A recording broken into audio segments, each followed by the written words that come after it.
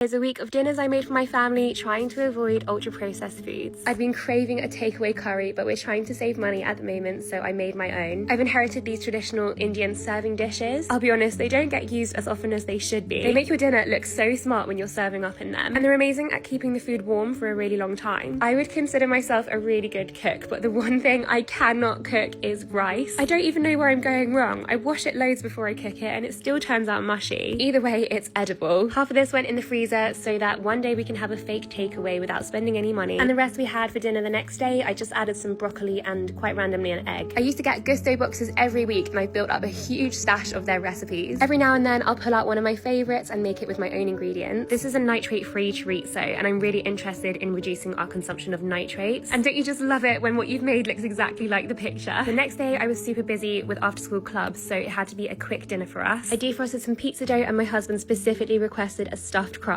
I topped it with some cheese, some nitrate-free salami, and some peppers and onions. Now, my kids and even my husband never eat the crust on anything, and it just hurts even more when you've made that dough yourself. The next day was chicken shish kebab, or maybe it's shawarma. I never actually know the difference. This has been marinating in my freezer for the last couple of months, and I've got the link for this recipe in my bio. I tried to get some veggies in there with a quick coleslaw. It was simply just red cabbage, carrots, and red onion with mayonnaise and lemon juice. I would definitely use chicken thigh rather than chicken breast for this recipe because it can be so much more juicy, and chicken breast just gets really dry. Of course, I had to make some flour tortilla wraps to go with this dish. I made a huge batch of these wraps, and they can go in the freezer to be used for lunches throughout the week. And if you're not putting chips in your kebab wrap, then you are doing it wrong. And the next day I was filming an advert. God, I feel so cool when I say that. It was basically about growing aubergines and then how to use them in the kitchen afterwards. I just made my go-to aubergine dish, which is baked aubergines stuffed with mint. I feel like I was on an absolute roll getting through my freezer stash this week. It is so satisfying to use up things in the freezer. One of my most common questions is how to use up stock and stock cubes that you've frozen. The main one is going to be a soup because you can use a larger volume of liquid in that. But my favourite way to use it up is in a white sauce for a pie. Make a roux with butter and flour so it thickens up, and then slowly add in your stock. You'll notice that when I'm cooking, I'm always making extra or double so that I can add to my freezer stock. If you're a beginner cook or just starting out on your batch cooking journey, my biggest tip is to just cook double of everything to save time.